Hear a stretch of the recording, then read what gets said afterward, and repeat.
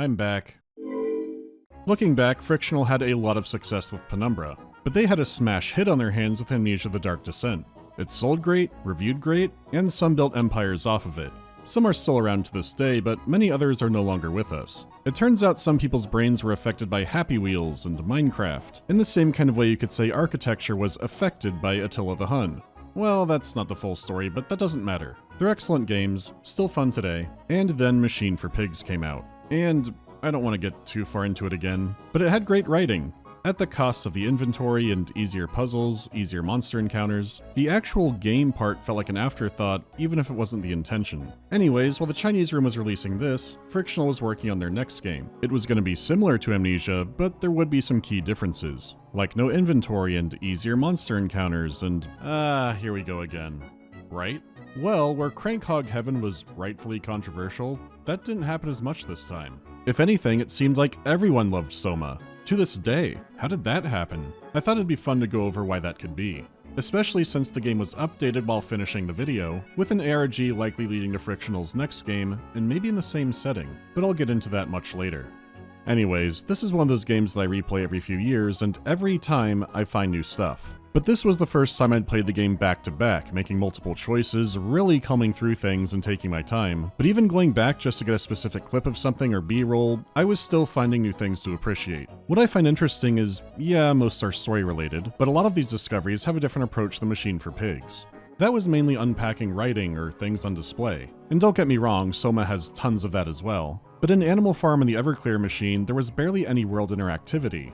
Most drawers were locked, and open ones meant finding nothing, or maybe a note, or a pig mask. We are all the pig after all. And of course you can't forget the drawer of teeth. My point is, interesting object interactivity felt like an exception and not the norm. Like, most times you picked up an object, it was because you were carrying it for a puzzle? It felt like something you were doing more because there was no longer an inventory and it was the only way to have puzzles in the game. Compared to the games that Frictional had made, there was way more interaction just for the sake of it. It wasn't like every random book or rock was plot essential or anything, but it was an extra layer of immersion. You were pulled into the world more with the extra interactivity, but it also let you investigate. One advantage of a game not made by 10 million people is it's a lot easier to put subtlety into the world. Some game writing being bad or clumsy is because it's the only way to get it across. Unless there's really tight control on the narratives and the level and the art, and the story is actually considered a very high priority, it's easy for things to slip through. Like if you were playing a game where you find what's obviously a fucking alien. Maybe the ice was supposed to be less transparent, but it doesn't matter now. The script has not caught up with you. Rosetta's an alien. What? What does that mean? It's nice they remade the one that's still perfectly fine.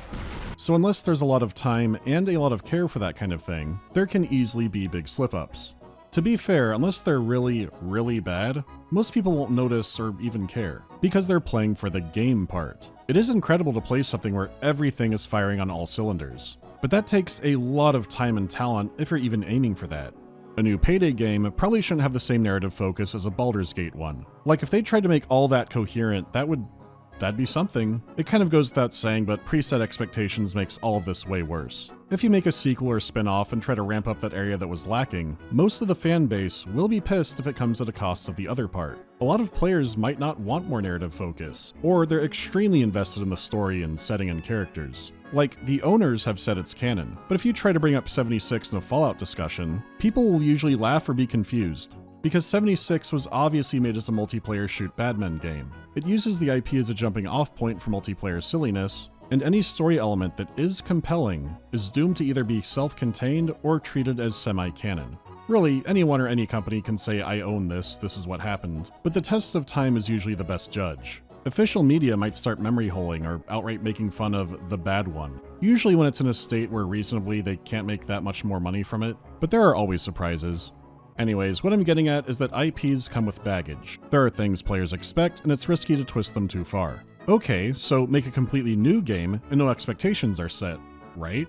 Well, for starters, it risks being a game for no one, but unless you're brand new on the scene or have already established a variety of work, even if they're vague, people who know about the creator will have ideas. If everything in the game was the same, if Elden Ring was called Elden Souls, would it have made much of a difference? Okay, here's where this has all been going. With Penumbra, Frictional had an entire trilogy to experiment. More like 2 games, but still.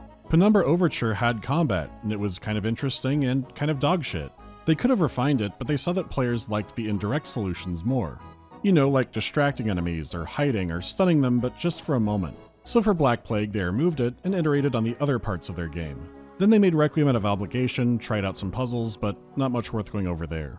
Still, you could say that Black Plague was streamlined down. It lost the combat system, but it had a more engaging narrative, more complex puzzles, a greater variety of levels, more intelligent monster encounters. Then Amnesia: The Dark Descent adjusted all those things and moved it into a new setting.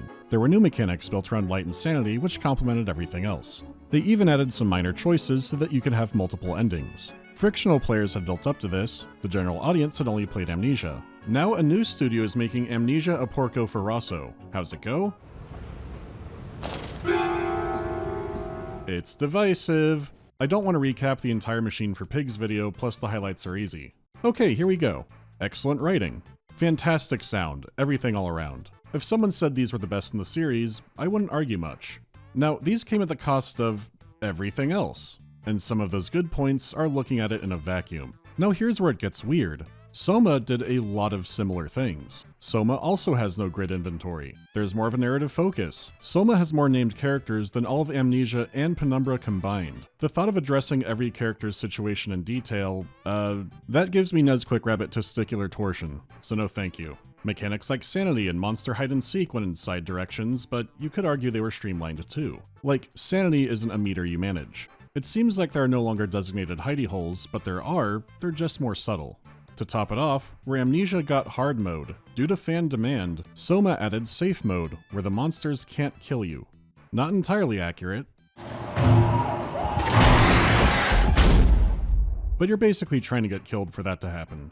Doesn't it seem strange that there was a demand to remove monster chases? Many have said the biggest problem with Machine for Pigs is the title. It should not have been an Amnesia game. I get the sentiment, but the reality is this means remove the monster chases. Also, you would have to play it in a vacuum, not playing the other huge horror game. Because it's stripped down, but the feeling of playing the game is the same. Also the direct connections to the Dark Descent, the environmental connections, the things written down, the horrors happening again but industrialized. You can enjoy it standalone, but this is a sequel in every sense. But in that case, didn't Frictional do that and succeed then? Was it just the IP? Hell no. Frictional was under more scrutiny than ever. It was mainly through one game, but the general audience knew Frictional. The 2013 mainstream gaming audience was not going, a new Frictional experience. Based on the scrungy industrial environment and hiding from meat monsters, I really have no clue what to expect because it's not an Amnesia game. I'm going to go watch Dressage in filmmaker mode now. Of fucking course not, it was— Hey! Get in here! They're making a new PewDiePie that looks fucking nuts! Holy shit! There's no fucking way that's a pig! Ain't no way! This had higher expectations. These aren't the guys who made that pig game. These ones are gonna fix everything. So with all that in mind, how did everyone seem to love the game, to the point a lot of people wanted an off button for monsters? I've gotten it down to two main reasons. Again, Hog Machine has stellar writing, but in a way that doesn't complement the game well. I appreciate they use industrialization, class, Aztec lore, fears of the turn of the century, it's all great stuff. But the mystery driving the main character is something you figure out near immediately. SOMA's protagonist also has a personal mystery at the beginning. But what could have been a huge twist and a way worse story is instead the driving force of it, coloring all your interactions with characters, the world, your choices, and anyone can understand the weight of it. Don't get me wrong, it's nice that Machine for Pigs was targeting the accelerated reader competitive bracket, but compared to Penumbra and Dark Descent, they had way more character drama. There are other beings in the world you have conflict with, even if it's not a straightforward rivalry, but something more complicated. The character drama can be deep, but at surface level, you still get it. Machine for Pigs is more of a character study. Anyone not Oswald Ozymandias is dead or a pig. It's interesting, but it's only going to be compelling for a certain kind of person. Stories generally benefit from having a surface layer, and sometimes that's all there is. Hell, a lot of games did and still do that. You might think I'm getting into accessibility or barrier of entry, but not entirely. If you play Marathon, you're driven to kill aliens. Sure, there's a nightmare rabbit hole below it, and next to it, but most people engage with the combat. You can still play through infinity shooting everything that moves. How about something more character heavy like Pathologic? You know you're trying to stop a plague, so there's a lot of mechanics that feed into that, and plenty of characters where you might not know what they're talking about. Sometimes that's intentional because Pathologic is built around replays. The priority here was telling a story, but most of the puzzles can barely be called that, and the monster chase gameplay feels like an obligation. You're learning what happened, but in a passive way. There's little danger in exploring for extra clues, and there aren't many extra clues, but it's mainly built around hearing more about somebody. Conversations in the moment are broken down to "where are my children" and "stop it," and with yourself. Meanwhile, the deeper elements of Soma can't be ignored. They're put in your face and in your way. You'll likely be pulled into exploring more and digging deeper, but even if you don't, the game still leaves you with big implications to think about. This all folds into point 2, which Soma demonstrates extremely easily.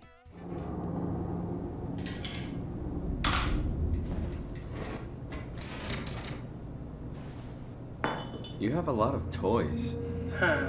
I dug for clues, and something happened. Nothing but fast food. Should buy something healthier on my way home. I'm also being fed things about the character. The lack of interactivity doesn't just make a game like this more boring to play, but if you are all in on the story, that gives you extra ways to have a characterization, lore, everything. Imagine if some point-and-click adventure games had you enter a room and you can only click on extra notes and nothing else. Beyond missing out on countless things to learn more about a character, it's fun and engaging to have little nothing interactions. There was lots of junk to pick up in Amnesia and Penumbra, and yeah, they would feed into teaching you how to do puzzles, but even from the beginning they weren't purely simulated physics puzzles. By the Dark Descent you might have to be reading, then combining items, then interacting with the physical world. At the same time, they weren't overly complicated and felt natural. Machine for Pigs had a few like that, but not many. Most were more simple, and very few of them had a threat of danger over them. Still, for a game that loves for you to read, Soma beat them there too. Because Frictional loves tangibility so much, the reading is now in the physical world. If something is hard to read or not in your language, you can usually click to overlay it. Even computers are physical objects that you interact with, which they did do in Penumbra as well, but where the screen used to be filled where you're basically using the computer, you're now the character using the computer. You might say who cares, but that's a huge difference in how the game feels. Where you were once in reading land or computer land, the world is now in your peripheral. Something could get you while you're doing this, and if you only care about the joy of reading or have turned monsters off, you can flip things over and sometimes find more to read. That's discovery from an action you took. It's a simple example, but it's gameplay. This is what all the much longer than normal background has been getting to. Because they're a small team, they have way more control over intention in a room and a level, in a way that's extremely hard for larger teams to do. Dungeons in a game like Oblivion were made by a lot of people who usually had to do it quickly, whereas here, the story was an extremely high priority, but they wanted to make interacting with it engaging. The reason this is important goes back to what I talked about earlier. Awkward direct dialogue in a game could be understandable means to an end, or just really bad writing. But it is a real treat to play a game where investigating the environment might contradict something a character said in confidence, especially when there's small things that are clearly intentional but supported by the main story. This is why I find a lot of game theories not that interesting, because I could go watch the Jim Carrey Grinch movie, and then I could upload a 3-hour video, saying the Grinch is intended to be the O'Malley's child. It could be entertaining, but that's fucking stupid. So yeah, Soma's story is compelling and engaging on its own, and the interactivity encourages more digging into it for extra insight, along with revealing some things that might not line up with what characters are saying. Being able to physically dig around helped make Soma's story click in a way that Pigs couldn't. Plus, the more thought-provoking elements of the story were used in a way where they couldn't be ignored. Okay, so now that we've gone over that, what's this game all about? If something starts with a PKD quote, you know you're in for feeling weird for a few days. You could use quite a few for this game. Are you okay, Simon? I think you're bleeding. Oh, that's nothing. It's just my brain can't stop bleeding from the accident. Here, take this. No, that's for later, for the scan. It's green. Simon Jarrett is plagued by nightmares. He was involved in a car crash that gave him a severe brain injury and killed his friend.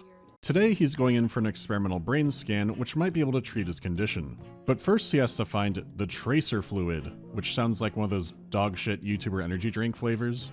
And it's located somewhere inside his apartment. It's the very first room in the game, and it shows just how high the interactivity is this time. You can throw things around the room, inspect objects, read up on finer details, try to catch the fridge light turning off, click and drag to use the sink or flush the toilet. It shows off the new graphics, but is also a nice grounded place to have a tutorial. The tracer fluid's location is semi-random, so you actually have to find it. This seems like a low bar, but you'd be surprised. Simon's laptop also teaches you how to use computers. He just forgot to send an email about how he's not coming in for work. This has an immediate payoff in the very next scene. Jesse. Hey, Simon. I got your email. Just wanted to wish you good luck and let you know I got you covered. Thanks. I should be able to come to the store after the scan. But if you don't send the email, Simon, what's up? I want to check if you're coming to the store today. Maybe later. I got the brain scan thing, remember? That's today. Knew you'd forget. I'm sorry.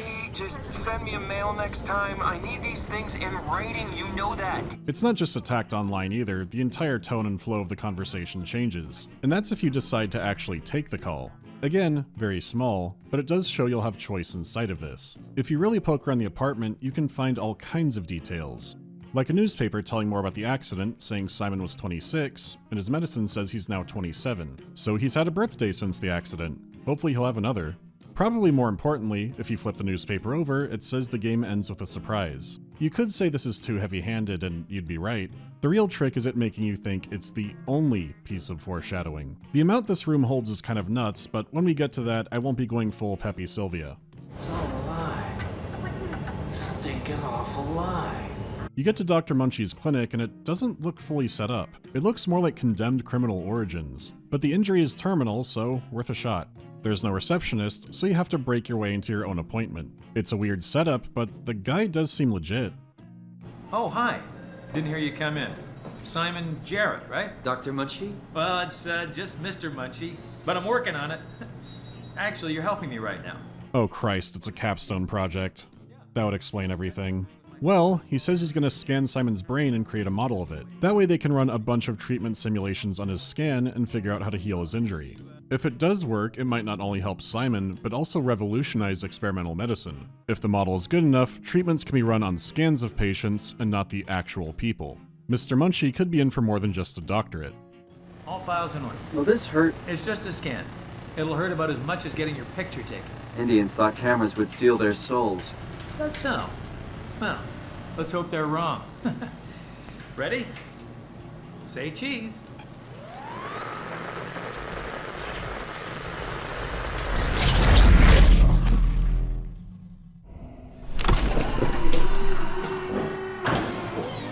Hello? Mr. Munchie?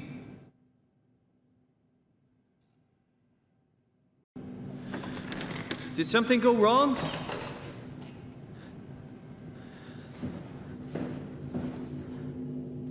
This isn't funny. What the hell is this place? How did I get here? After one bit of dissertation flash photography, we're probably not in Toronto anymore. I could be wrong on that.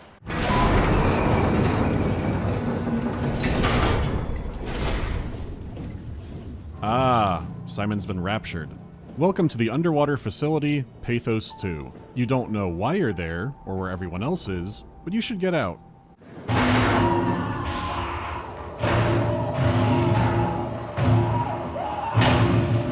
Let's talk about the graphics.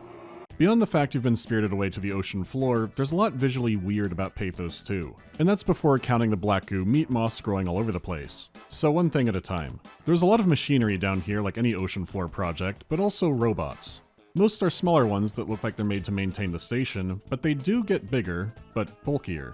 They seem plausible for 2015, but maybe not as sleek as you might imagine if this is in the future. Some look like space-age TVs from the 70s over functional robots. The game started with Simon being on his smartphone, but now you have this way bulkier, borderline radioactive-looking Senko phone. It's apparently an Omni-tool made by the Haimatsu Corporation. Simon does use their flash drives, and they were maybe having a sale? So they're around, and this could be something more specialized. But no matter what, there's a great reason for it. Everything being bulky and clunky from computers done to architecture makes a lot of sense when you're at the bottom of the ocean. Equipment being somewhat waterproof and durable is helpful even if it's not going outside into the pressure cooker, like you have to in your diving suit many times. It makes sense to have boxy, reliable equipment, especially if it's also easy to repair. Because unlike the dream that Samsung and the Rothschilds have, where every time a fridge light goes out you have to spend $800 on a new control board, a company investment in a really hard-to-reach spot does not want to be outright replacing equipment. Lots of easily available, replaceable parts makes life easier for everybody when there's no stake in making you buy the new thing for no reason. It makes sense, but more importantly, it's a great excuse to go with the alien look. I've talked about this before, but Alien's vision of the future was based heavily on what technology they had then, which is what most people do. But now that cassette future is an art style all on its own, which seems to be getting more and more popular. Meanwhile, Alien itself has been torn between keeping that look or the Ridley Scott holograms. Face my fury.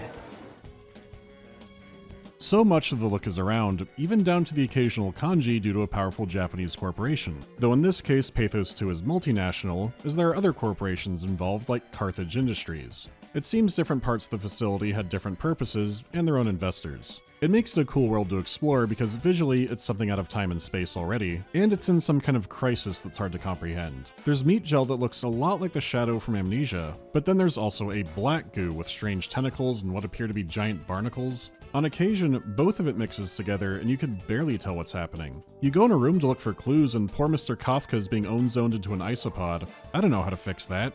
The sea life inspiration and blue bioluminescent highlights do make it stick out from a lot of games with meat moss. Not that there's anything wrong with that, I do like most games that have it, but the spin on it here is so uniquely Soma, so immediately identifiable. They have clear inspirations, but how they twist and combine some things makes it overall a unique art style. They also maintain a good balance of what you can and can't see when it comes to the horrors of the game. Back in the Dark Descent, how much you saw was at the mercy of light and sanity. With light, you had fuel for your lantern or had to scrounge around for tinderboxes. If you sat in the dark or looked at unsettling events or monsters too long, you'd lose sanity and the screen would be covered in Vaseline. In Soma, Simon has access to a flashlight, but it has unlimited charge. And while your eyes look no longer like you're halfway through an Autobell visit, some of the unsettling events and monsters can cause a kind of electronic distortion effect. The reason for this has story context, which actually is very similar to Machine for Pigs, but it has advantages here that help it work better. Like their previous games, they make fantastic use of lighting, especially when they're using an underwater base setting. By using light, particles, and post-processing, some areas feel way murkier than others in a way that looks natural. I don't mind extreme depth of field if I'm supposed to be in the depth of an ocean, so sometimes cranking it up in that environment feels appropriate. Also, while you do have an unlimited flashlight, you only feel compelled to use it when it's actually dark. There are levels that are atmospheric and ominous that aren't just devoid of light. If you're looking for something or feel compelled to, yeah, you can just turn it on. But it doesn't feel like you need the flashlight to see what's happening most of the game. When it does get that dark, they know you're going to be reaching for it. So that area might have a reason you don't want to do that. Or an area is so oppressively dark and awful that your flashlight barely makes a difference. You can only just see what's in front of you, making you feel powerless and exposed. You have the choice of whether you should or shouldn't use your light, but it's never, I can't use my light, or it might run out in here. Which is still a loss in one way, but did mean less compromises in another. If it got dark enough, Penumbra and Dark Descent had different flavors of bluish night vision. It was a lot more subtle in Amnesia, but if you ran out of light, you could still see directly in front of you, just badly. After all, you could run out of oil or tinder boxes, so they had to account for worst case scenarios. Most levels had good balances of lighting, where you would stock up for the really bad ones, but you had light Riddick eyes in the worst case scenario. Not anymore you don't. If it's dark, it's dark. If you don't like it, turn on your flashlight and hope nothing gets you. The focus this time was on visual immersion. It's the same reason why you sometimes collect multiple items but don't have an inventory. I do prefer horror games with resource management, but I get why the game didn't have it this time, and with how tightly paced it mostly is, it easily could have made some parts worse. My biggest complaint is when you die the first time, or rather, when you don't. You still have to manage your health, which could be nice, except you can only do that by touching one of the undersea morphine fleshlights. You don't have any health kits, and you can't take one of these, on you anywhere, so you need to know where one is or go find one, and they're a one-time use. When most monsters get you, you don't die, you get back up after a few moments with severe injuries. That would be fine, but now your screen is covered in injury vision. The red does go away, but it gets extra blur, there's chromatic aberration, so unless you find one of those, you're playing the game covered in post-processing effects. I am thankful Frictional understood those effects are punishments. Wow, the screen is covered in blur and the game looks like shit. Something has to be wrong. No video game would want to look this way. Sometimes if a monster got you enough times in the Dark Descent, on reload it would just be gone. It added unpredictability to where monsters could be, but really it was to stop frustration. Soma wanted to give you a second chance for the same reasons, but I wish it had a please let me die mode. The checkpoints were already pretty fair and generous, and I'd rather just die and go back than see important story bits wearing beer goggles. We have safe mode. We could do hard mode again, just not for the reasons most people would want hard mode. Otherwise, it's a nice looking game. Creatures look distinct and weird, and there's a good variety of them. As for the audio, like every one of these games, it just seems to get better and better. Beyond how well they know how to place and layer effects, which they were already great at, it's even more impressive this time when it's such an exotic environment. Dealing with water sound effects, and underwater effects that isn't just taking surface sounds and slapping a reverb on them, is a lot of hard work to mix right and a pain in the ass to record. It's why so many games, especially older ones, are more like, hey, this is me making noise in a room. Hey, this is me making noise in a room. They did everything the hard way.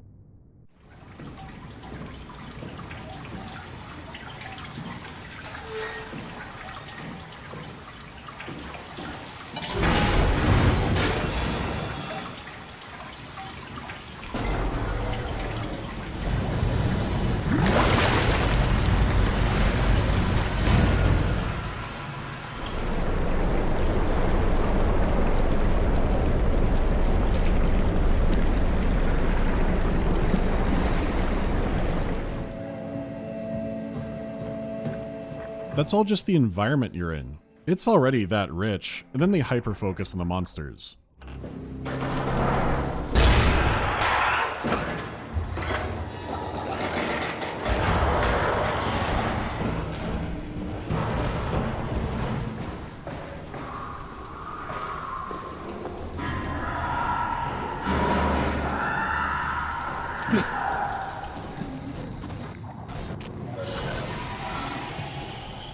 There are some that sneak up remarkably quietly on you, but often you hear them long before you see them. They're just as unique and weird as the setting they're in, and they sound appropriately alien.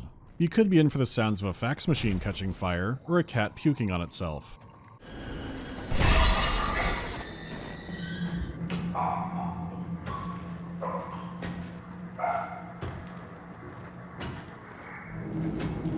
The variety makes this even better because you don't have the luxury of getting used to them. Well, unless you get stuck somewhere, but that's on you. Either way, even if it would have been bad, you don't get familiarity. You're never sure what the next horror will be, and some are very brief possible encounters. There were some enemies I never ran into until my second playthrough back in 2015. You know, you thought the Abyss would be a nice day, and then... well, it didn't hit me from range, I guess. As for the music, it varies between blending into the background in a good, atmospheric way, and also coming up to the front for the big story beats. It does so well at bouncing between haunting and beautiful, and the end credits is a perfect mix of both. Most of the game gives you tense, electronic-themed tracks, which is appropriate. Some has some warbling that reminds me a bit of the Silent Hill dental drills.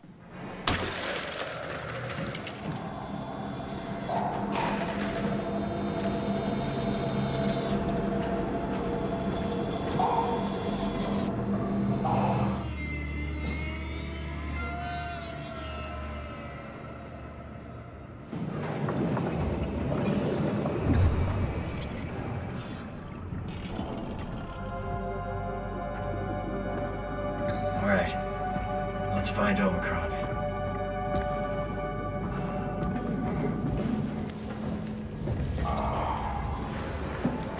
Sometimes the music is so subtle that it's barely there to the point you think it's just level ambience, which makes sense with how strange some of the effects and tones they use can be. The voice acting is also fantastic, especially the main cast, but the best examples are appropriately plot relevant, so I really can't show just how good it gets. Sorry, still trying to figure out how you got here. Keep at it.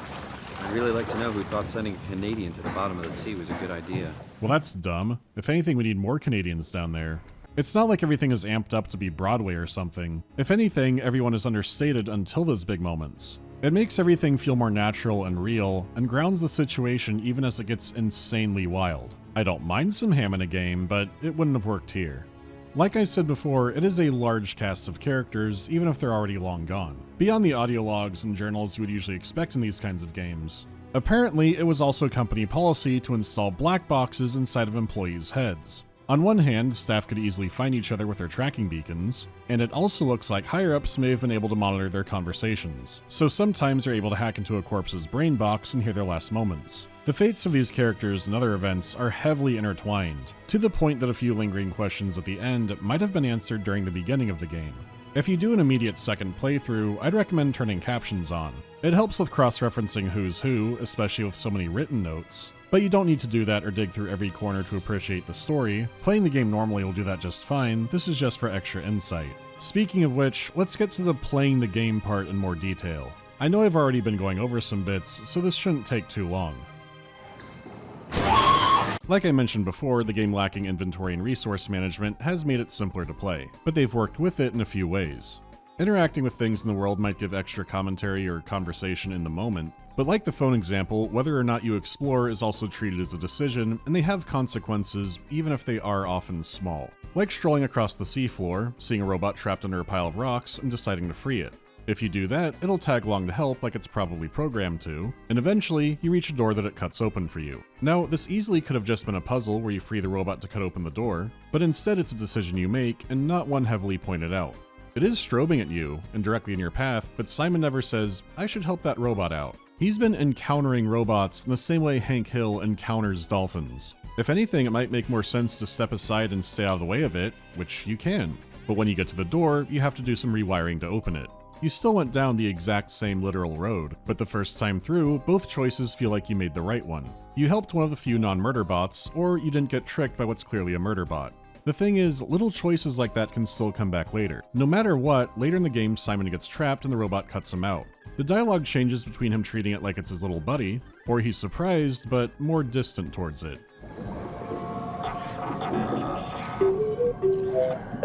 Oh, hey, little guy. Didn't expect to see you again.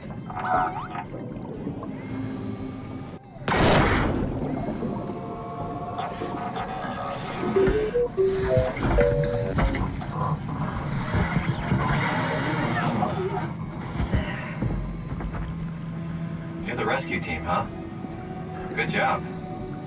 There can be bigger, more obvious choices where the effect seems smaller in the moment, but the consequences can be a lot bigger on the larger story.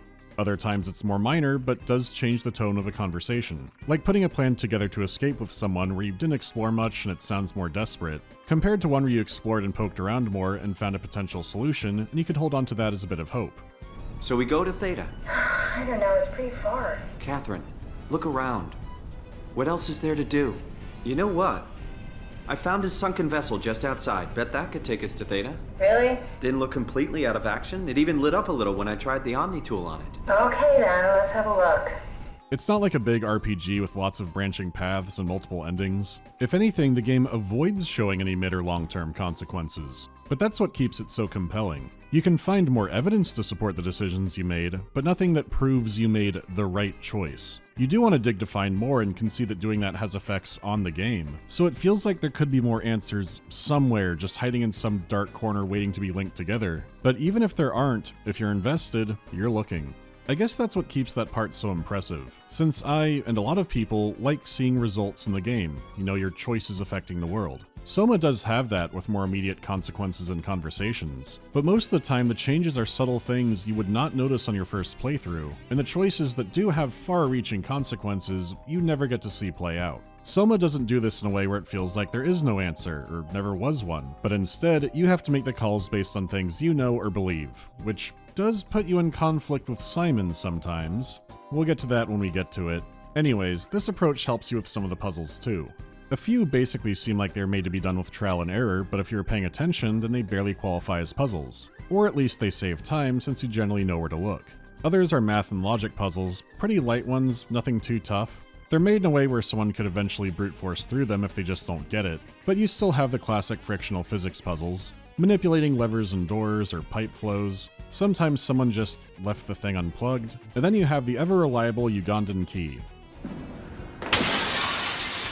You might have to find an item every once in a while, but not too many, and on occasion, something is trying to murder you while you're doing this. In theory, it feels like the monster gameplay should be better than Amnesia. It's got a lot going for it.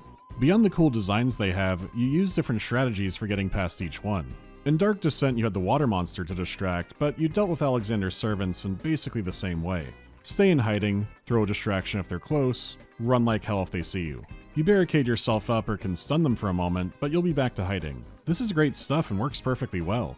So when SOMA has a gamer's dozen of enemies including killer robots, what looks like to be a teleporting creature, blind mutant creatures of pure vomit, and more, it sounds like it should be a slam dunk, but some things hold it back.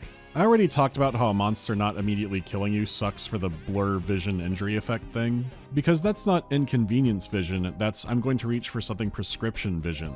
It's also a release of tension. In a horror game like this, or similar ones, hiding from the bad man builds up tension. The more that can happen between it and getting you, the more exciting that can be.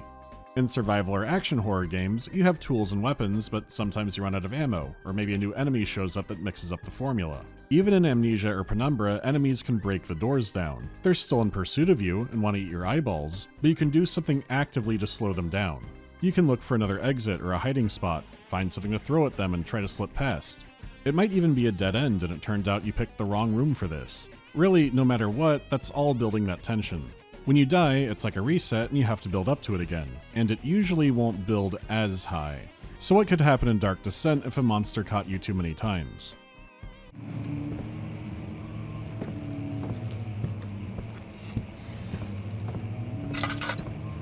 Nothing happened! He got you too many times, you're not going to be scared, let's just move on. It wasn't like this in every area, and it definitely shouldn't be like this for every horror game, but the reason that could happen at all was because Frictional understood that. It stops being scary and just gets annoying, so let's cut out the middleman and just give you an extra life, right? It doesn't work great that way. The anticipation usually won't get back as high, but it is a reset, and that downtime is important for it. You have to walk back down to where the monster is, and you know it's waiting for you. You might also have a way to approach the area differently, but the monster could have also moved. So when you replace that with it knocks you down, you get back up, but if you see it again it'll kill you quickly because you're at low health, for most people I'd imagine that speeds up how fast it becomes annoying. You know, the fact you had a second chance and it walks over and slaps your shit again has to be some ego bruising for some people, but it's more the tension reset and then you're back where you were. You don't have that buildup anymore, and knowing you have a second chance inherently makes the monster less threatening. It's also not less threatening because of something you did, like you found a big health kit, or you found a nice weapon or a map showing there's another way around it. By all accounts you failed, the game just let you get back up in the same spot. SOMA is already pretty generous with where its autosaves are, and without resources you don't need to explore to find anything like you'd need later, so that also makes these sections less intense right off the bat. So a proper murder monster hard mode where you die when they get you could be fun and interesting. However, it still wouldn't fix SOMA's core problem there. It's easy to see how much they built the game around the narrative. The richness and detail, how small actions can lead to small outcomes. The monsters mainly just block that. If they're chasing you, but you can't throw doors in their face anymore. Well, you can, but they know how to open them right back up. And there are areas where you could have been more proactive. In one level, you can lock or unlock rooms, but the tuberculosis gremlin is around. This seems like a perfect setup, and with the right timing, you can lock him into a room. Except he can get out, and he does it by randomly spawning someplace else. It buys you time to explore around and learn more, but it doesn't feel that intertwined with the game. Like you could still trap him but hear him howling and thrashing around. Then it stops and you hear muffled gurgling and thudding in the vents like he found a way out. Or you hear him slamming against the door over and over. You hear it straining, or maybe he's pulling it up against the motors. Compared to the game as is, no matter what, he gets out and it's just temporary. But one feels a lot more immersive and intended as a solution. With how much attention to detail SOMA has, this is weird because it feels like an obvious solution, but playing the game it comes across more like you're breaking it. Like really you should be running away and finding a corner to hide in, and you're thinking too hard about this. Which feels crazy when the game has this much importance on attention to detail, and this feels like this should be the solution. It's a huge, obvious problem to your progress, but instead you should just run and hide as always. So the section could come across as annoying in a way that it feels like it shouldn't have. Ultimately, the real problem is that SOMA's story is almost too interesting. The horror that sticks with you won't be the meatmen stalking the halls, but the sections almost seem too simple for the game. There are puzzles in your way too, but they're brief and don't really have a fail state. These sections could have used more independent thinking and solutions that led to different small stakes outcomes like we've seen before. A lot are nicely paced, but some drag on to where they could have been shorter without losing too much. It almost seems like they're blocking you from playing the game, when a lot of people would have bought this to be chased by monsters. It's a good way to tell just how nicely the writing went over, but I guess we should get into that story. As you might have guessed, there's not much more I could say without spoilers. It's absolutely worth a playthrough, it'll be linked in the pinned comment, but if you want to stick around and don't want spoilers, go to here. Okay, let's go back to the start of Pathos 2. When Simon first wakes up, he's on the robot wild ride for a while. Some are walking monsters trying to kill him, others just seem confused or delusional. Sometimes strange sounds or voices come out of machinery that don't even appear to be robots.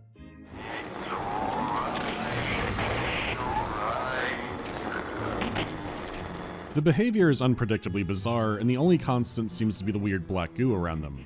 I need it. Why? I was okay. I was happy. The most confusing is Carl. What are you? Are you blind? It's me, Carl. Carl Semke. Wrangler? He insists he's one of the staff and doesn't appear to be aware that he's a machine. He seems to think he's just injured or pinned under something, rather than being fused to the wall of a robot assembly line. This is extra strange because Carl's corpse is right down the hallway. Poking around, you learn the staff were driven off by crazed robots, and it seems highly likely others also thought they were Carl. Simon may have made this worse, since on waking up, he restored the power to the facility. Pathos 2 is broken up across the seafloor, and this area controlled the geothermal power, which had apparently been down for half a year at this point, which, checking over logs, means this is sometime in 2104. So Munchie took one hell of a photograph. Even if you read this, Simon won't acknowledge it. You could assume he's ignoring it because he doesn't want to think about it, which would track with a lot, but for now he's focused on the immediate. A woman named Catherine has contacted him from another Pathos 2 site, but needs him to go up to a comms relay to establish a better connection. While the current Upsilon facility is putting out a ton of power, the staff were messing with things before they left, and there are only two ways forward. The first is simply diverting a local switch, the second shuts down the main power, which will not come back on. Both of these don't go well for Carl.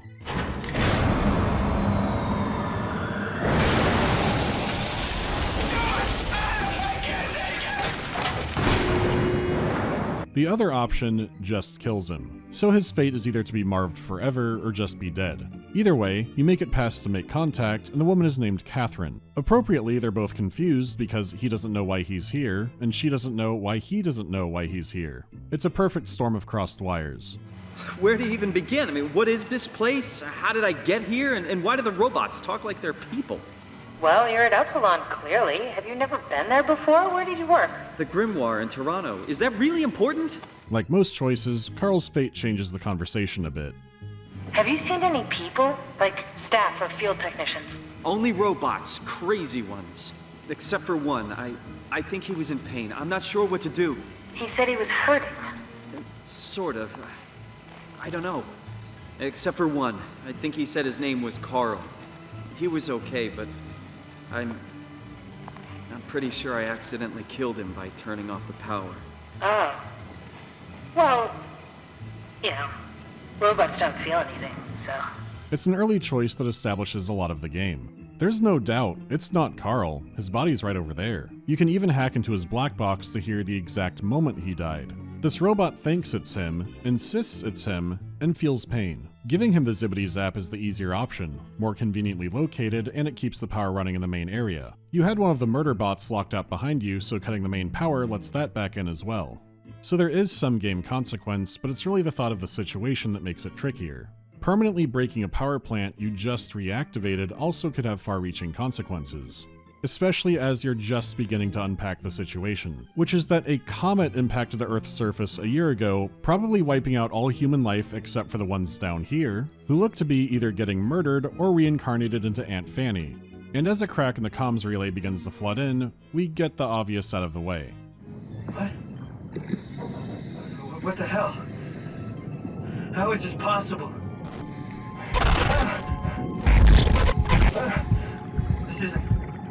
This is insane! And then Simon was a robot, except instead of being revealed far into the game, it happens near immediately. He may not be one of the sludged up Dinobots running around, but he's still someone who woke up this morning and is now a machine. So you could have done whatever with Carl, not caring much about him, but now you know that most of the robots are likely in a similar situation to you. Some didn't handle the situation well and went insane, others are trapped in their own delusions. I don't know, man. I just say we can keep things classy, even when women aren't around. You know? Welcome to Simon's Circus of fun, friendship, and epistemology, where the souls are made up or might be Xeroxed. Also, the fish ain't looking so good either. Like I said before, in a worse game, that robot reveal might have been the end. Instead, it's something Simon has to grapple with, and his questions about it just become more existential as the game goes on. Like, finally getting to Catherine isn't much of a surprise either. No, not you too. I was really hoping you were human. Don't let the circuitry fool you. I was human once. Unlike Simon, Catherine seems pretty okay with this, to the point that it seems like it's not even her first rodeo. If Simon killed Carl, she tries to reassure him that robots don't feel anything and it's fine. And she does it while knowing she's a machine and that Simon probably is, but it's weird that he's here.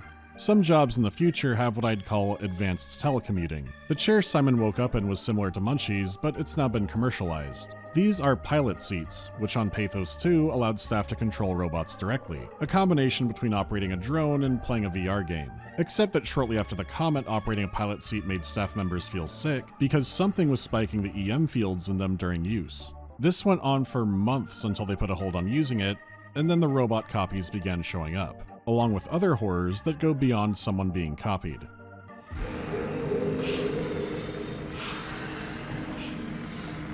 Hey, are you... Don't hurt me! Can I help? It won't let me die. Nothing is allowed to die. Simon's not a crazy monster, but he's also not someone new from the staff. Catherine has seen the situation break down from the beginning, but Simon is a new anomaly. She's already well aware she's a copy, but her machine body is destroyed. Simon being a living diving suit who's sane makes him essential for getting anything done. It already shows the human mind tries to compensate for what's happening, so Catherine tries to fill him in on things piecemeal, but it can't always be honest. Even when she has to be direct on things, she still tries to rein him in from despair. Don't take this the wrong way, but I meant any humans left except for me. Have you looked at yourself lately? You're a walking, talking diving suit with some electronics slapped on for good measure. I don't... You don't want to think about it? We'll start thinking about it. I don't want to do this anymore. I don't want to be this. I want out. Before you do anything hasty, could you help me with something? What? She's seen a lot of people bite it already, but these are desperate times. The surface is basically a griddle board, but humanity could be preserved. The base includes the Omega Space Gun, an undersea mass driver artillery piece running from the abyss up to the ocean surface. They used it for taking satellites, spacecraft, hated celebrities, and other cargo, and launching them into space at a fraction of the cost of rockets. Catherine created an artificial world called the Ark, and seeing as how pilot seats were scanning staff already, created a method to scan everyone and put them aboard the Ark. It would be loaded onto a satellite, sent to orbit the sun, and run for thousands of years. Except for reasons unknown, the Ark hasn't been launched yet, it's still stuck at the bottom of the trench. She'll need Simon to take her there and finish the mission, since the real Catherine failed. Her being a computer scientist who worked with virtual worlds and scans even before the comet does explain her insight and why she's less alarmed by the situation. She doesn't think that she, or the real her, is the reason robot copies are running around, but she could scan them to put them aboard the Ark as well. This gives him so much hope, it's actually Simon who pushes to do this mission. I'll just carry you there and you'll show me what to do. That sounds really risky. Besides, I don't like the idea of you carrying me around. Come on, Catherine, this is what you wanted to do, your final mission. Let's launch the Ark. Yeah, let's launch the Ark. You transfer Catherine from a robot into a Nokia, and you're good to go. From here you explore the seafloor, jumping around from pieces of wreckage to parts of the station, all to put the rest of mankind on an Ultima Online server. Now, I'm sure you already see some holes in this, but Catherine fills in more as you go along the adventure. The black goo, and all the robots and creatures, are caused by the Warden Unit, or the WOW. The WOW is Pathos 2's resident AI, and a fairly recent one. It was made to handle climate control, life support, basically admin tasks. It was expanded across the base about a year before the comet hit, and after it hit, it performed well until it didn't. It only seems to get more off the range with each passing day, copying people into robots or fusing corpses with machinery. It does all this with a substance called structure gel, which is a conductive, programmable, signal, medium, fuel, nanite. It's magic Kojima paste that takes this to that, and the WOW controls it with electromagnetic radiation. All the monsters and mutants are a result of structure gel, but they're not an attack by WOW. If anything, most characters seem to think that WOW doesn't know what it's doing. Like, Simon disrupting its activities shouldn't make it act defensively or anything. So we just made a powerful enemy. No, it's not like that. The AI isn't a persona. It doesn't feel or think like we do. It's more like a cancer. This also means that beyond all the creatures, Simon himself is a product of WOW, which Catherine only has theories on.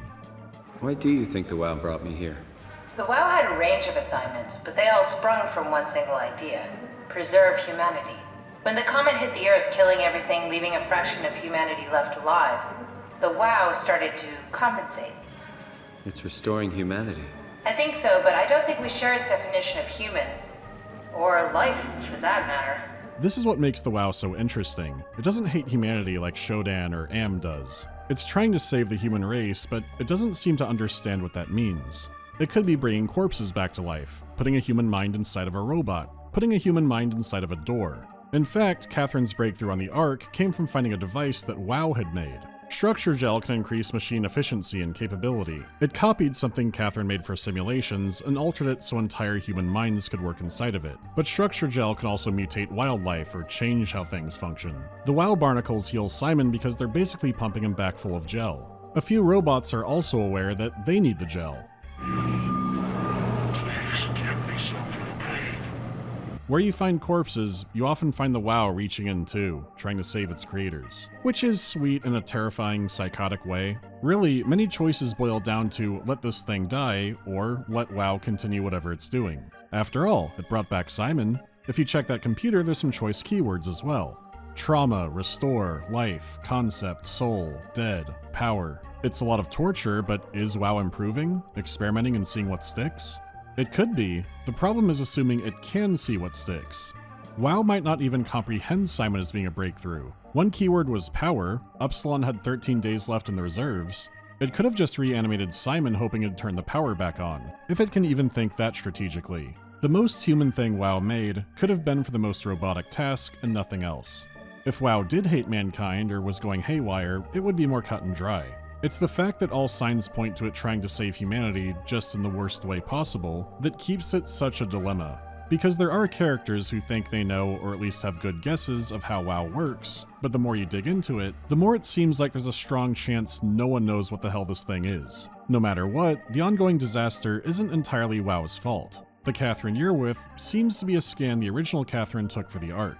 The idea of transferring out of Abyss Doom to thousands of years of virtual paradise was nice for the entire remaining Pathos 2 staff. Except Catherine scans and uploads copies to the Ark. It's not transference. But an idea started that you could transfer if you kill yourself. Did you know that the human body consists of up to 75 trillion individual cells? They typically don't stay with us till we die. It's crackpot, but no one in SOMA is operating at 100% brain capacity, except maybe Catherine. Definitely not Simon. This is Mark Serang, president of the chess club and promising Heaven's Gate perspective. Facing certain doom, he really liked the Ark, saying there's definitely a way to get aboard. His reasoning was since humans are made of trillions of cells, we're an entity that comes from the sum of our parts. So if we're being transferred into the Ark, and you die right then, your consciousness will then transfer over into the Ark. It seems like bullshit, but he believes it, and his copy would believe it. Catherine's Ark scans were eventually put on hold because so many people kept killing themselves trying to preserve the continuity. Mark Serang was important. In fact, he oversaw WoW being installed across the facility, mainly so that Dr. Johann Ross could study it. Also, one Julia Dahl can kill anyone who tries to stop this. So he was publicly and secretly powerful, to the point that people following his example doesn't seem too far-fetched. Plus, I'm not sure if it took notice, but I'm sure multiple people offing themselves wasn't making the WoW behave any better. There was a bit of an extra wild card in this, where a man was eating structure gel, becoming a goop man who wanted to add more into his new race. Which is where the Halls of Meat come in, but it becomes unclear how independently he was acting. He initially ate the gel because he was starving, but he then appears to start to worship the WoW, to the point that he sees himself saving the human race into a peaceful state. Could he have been leading the way? I would say no, but there are some interesting things to notice about this. We just need to step back a little bit to what Catherine was doing. Strohmeyer's gonna shut down the ARC project. It's not my fault people keep killing themselves. Catherine, what are you gonna do? The ARC project was causing problems, but did give hope over the alternative, waiting to die. Realistically though, the ARC seems like a dead end, basically a 5-star Hotel Voyager probe. It's also, at best, saving our consciousness and not our physicality. The skins being perfect copies is also shown off well by the game's best puzzle. One of the staff members has a password you need, but he's long dead, so his scan should still know the information. You try to interrogate him in a virtual environment, changing the scenery, changing who's there. You dig through his room trying to find evidence to make the scan room look more like how he thinks it should after he got his first scan. Every attempt and reset is bringing him into the world and then killing him off again. They are just copies being temporarily made for a singular purpose, but maybe you were too? It kind of points to the ethics of why you would make a copy. In this case, you could try to simulate 10,000 Brandons, but what would the point be? Should a copy only exist if it has a purpose? This is the same room where you discover Simon's true nature. He's considered a legacy scan. Dr. Munchie's treatment on the original Simon failed and he died about a month later, but he did agree his brain could be used for research. Simon's brain became a template that more advanced AI and technology was developed off of.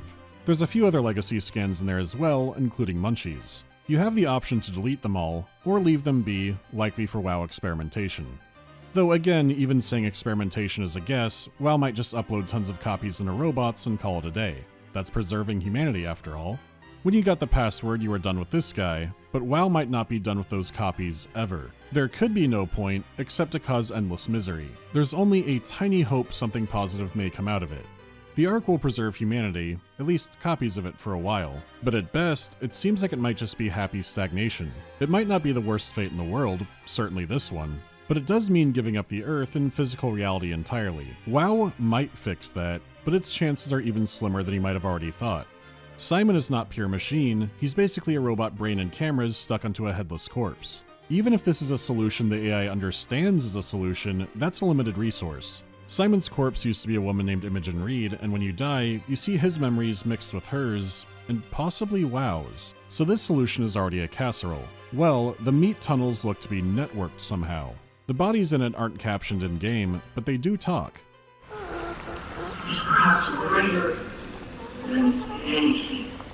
They all seem to be having pleasant dreams, including Simon when he's briefly plugged into it. His friend is alive, and they're in love now. It's the life he wanted. You don't want me? Yes, of course, but what happened? We fell in love. You do keep your body in a foul way, but your actual mind enters this WoW nexus and not your copy. So while it's gross and unsightly and led by a crazed man, would this be better means to the Ark's end? You wouldn't have community, but from your perspective, everyone is simulated anyways. There's also a good chance WoW may not maintain this as long as the Ark will last, but the fact this exists at all raises a lot of questions about WoW, because it shows a level of accommodation and not just preservation. Technically, WoW could just stick people to the wall and have them breathing and that'd be it, which you might see around, but people were killing themselves trying to get to a virtual paradise, and then WoW made one. It seems too advanced for one vomit man to make on his own. Maybe it listened in on black boxes and was trying to be accommodating, or peaceful people are just easier to manage like this. It could be an independent solution. The issue is it's doing a lot at once and might not consider any solution to be a better one. They all equally keep something human, so just do whatever works in that location. Pathos 2 does have an AI expert, but before learning more about him comes one of the more famous moments in the game. Catherine and Simon need to head down to the Abyss, but Simon's suit isn't rated for that, and he can't exactly slip into a new one. So instead, he can assemble a new corpse cyborg, and Catherine will initiate a mind transfer, just like how he got here. She does word this a little deceptively, maybe thinking Simon will get it after all he's seen, but he has to find out the hard way. Sorry about any discomfort. This should be over soon. It's like having your picture taken. But with the most expensive camera in the world. You know, Indian stock photos would steal their souls. In this case, they'd be right.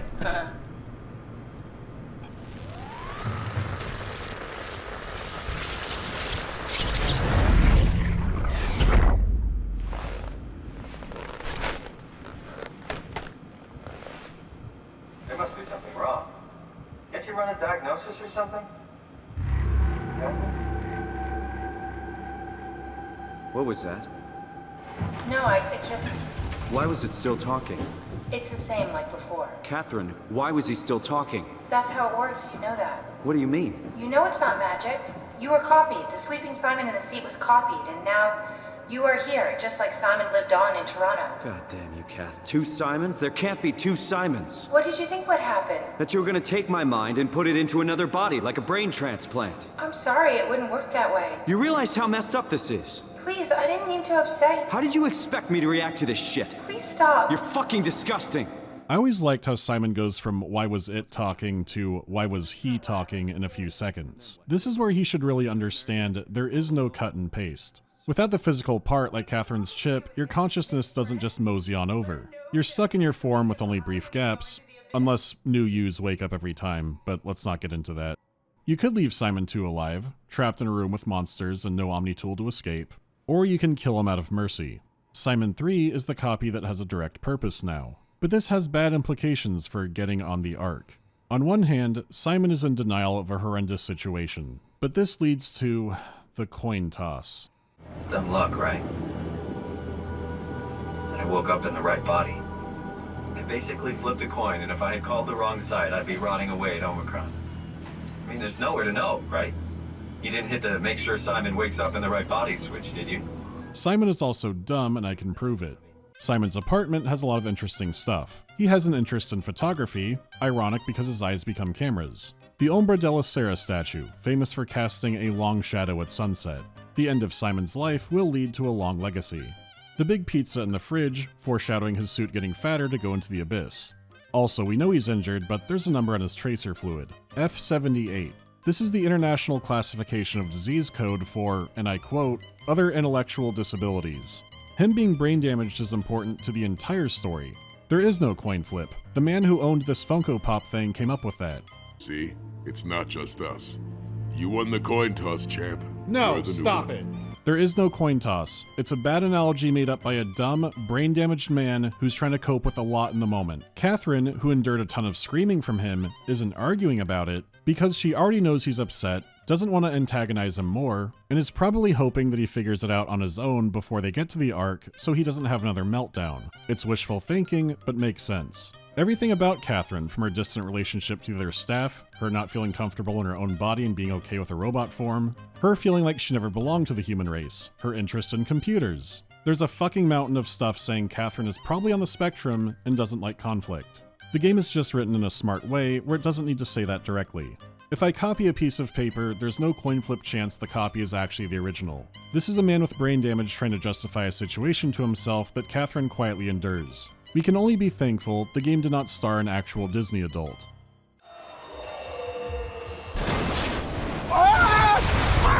I'm sideways! I'm backwards! I'm backwards! Help! I'm back again! I think we can be thankful he doesn't spend 2 hours in the tunnels looking for hidden Mickeys, though what I'm doing isn't that far off. To be fair, Simon does grapple with what's happening often and existentially. Is he even able to go to heaven? If he does, will the other Simon already be there? How much purpose does any of this have?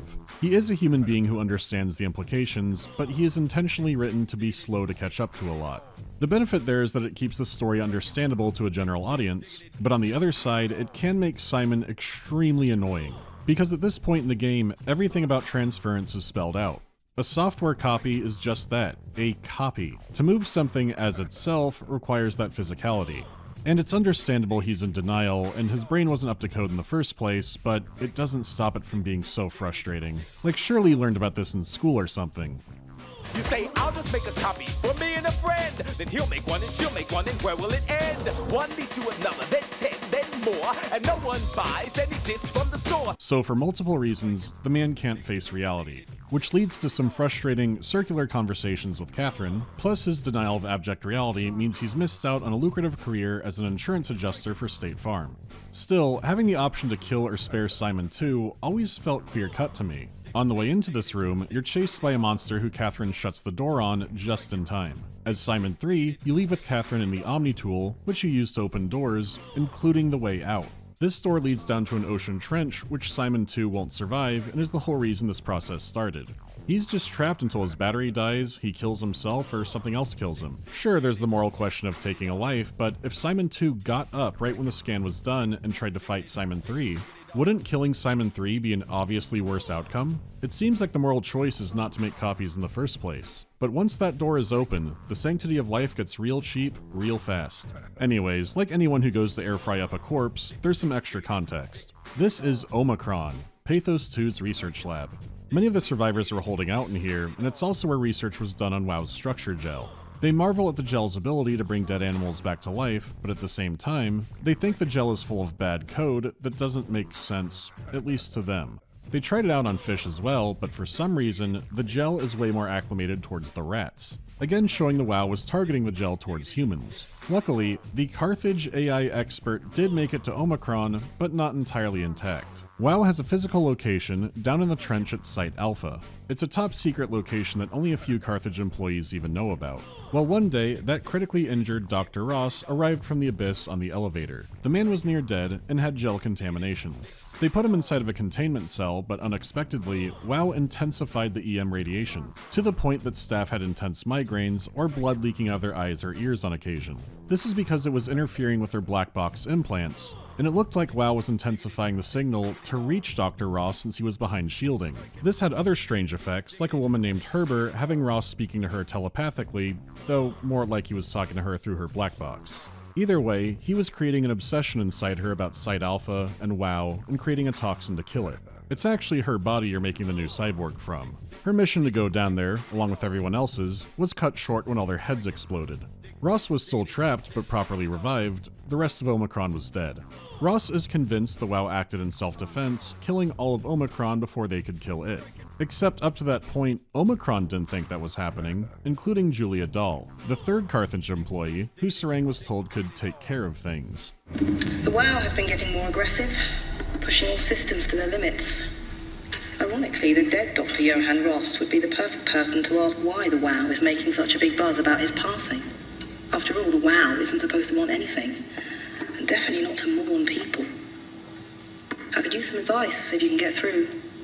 Delenda est.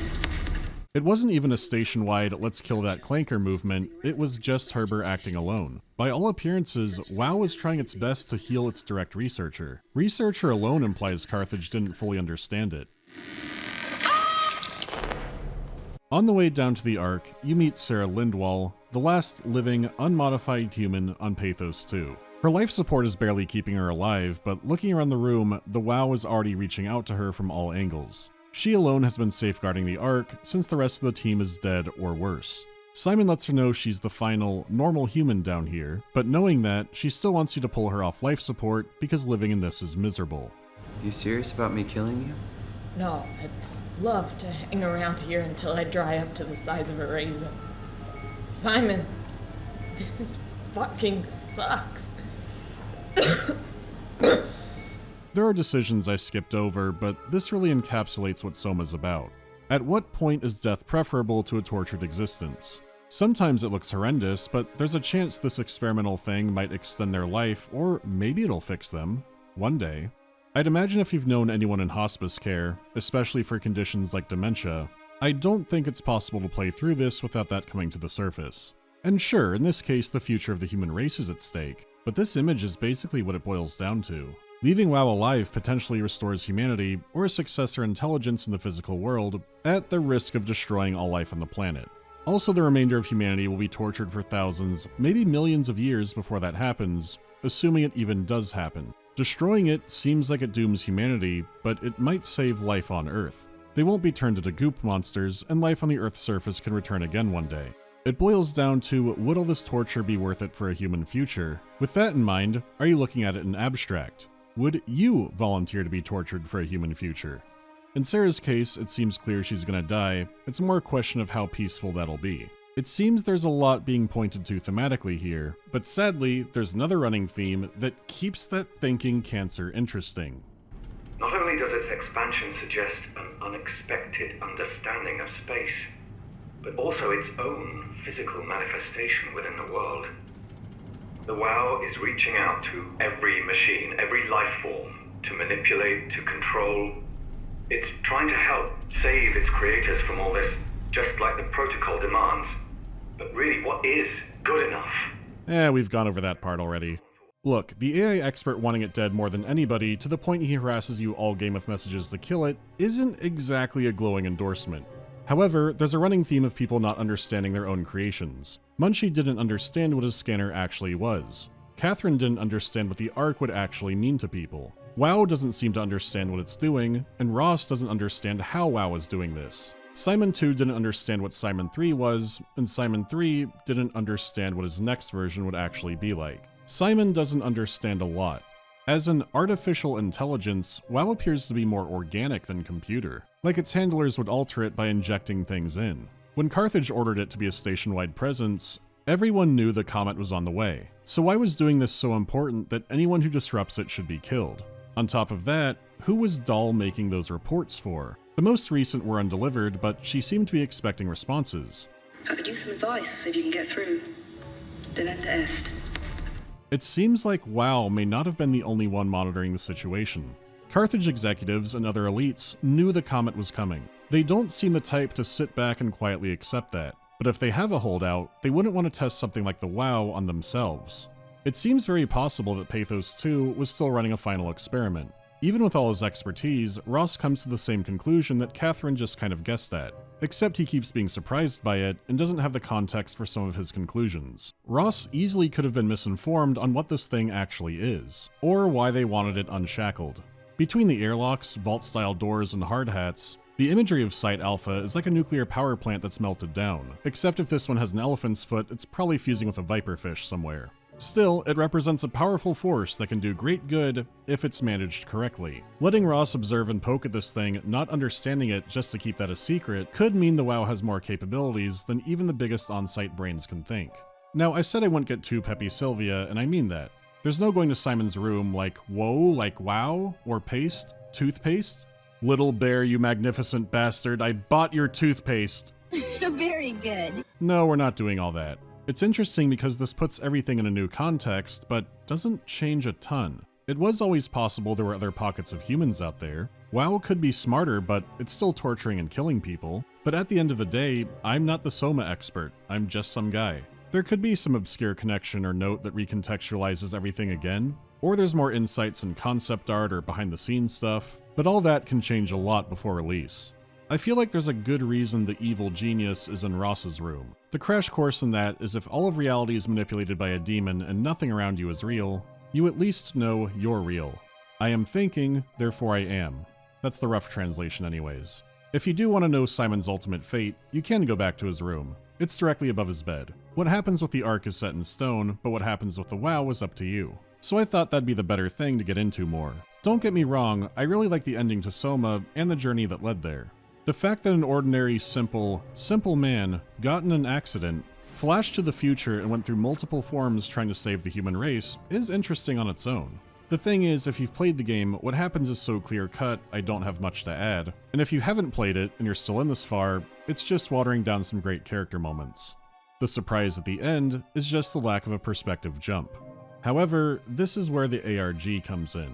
There's a website called Hotel Samsara, which seems to be some kind of luxury destination for immortality. There's references to Caesar and other ancient cultures which do have a Carthage connection, but Frictional has always loved that ancient stuff. I had a bit more on the ARG, but in the meanwhile, they've just announced it's the next game. If it is part of Soma, it could take place on the Ark or another humanity holdout. It could be something completely original as well, but if it is in the world of Soma, I don't think it'll be disruptive to the story there. There was more than enough in the base game to imply it might not just be Pathos 2, or this could be something before that. Anything more than this would be pure speculating, but I wouldn't worry about this game ruining Soma. With all the implications and threads they set up already, there's definitely more to pull there. Okay, the spoiler timestamp is coming up, so I need to throw in some bullshit. But we'll get to the real truth where every Frictional game is set in the same universe. I think Soma's great, even if there are things I find annoying or undercooked about it. I love where you can and can't make choices, the balance of information it gives you, the thought-provoking writing, the sheer attention to detail. There's a reason Soma's considered a classic, and if you haven't played it, you should try it out. There's still safe mode if you don't like horror games, and this will stop things from chasing you. It's not very mechanically deep, so it doesn't scratch the exact same Penumbra or Amnesia the Dark Descent itch, but it is engaging and fulfilling in different ways. But sometimes the engagement is being baffled at just how dumb Simon can be. Okay, Amnesia Rebirth will be coming, but not the next video. I didn't expect to lose about half a year to, well, a lot of things. But it looks to be more stable now, more videos will come this month, and we can't forget, Halloween is right around the corner.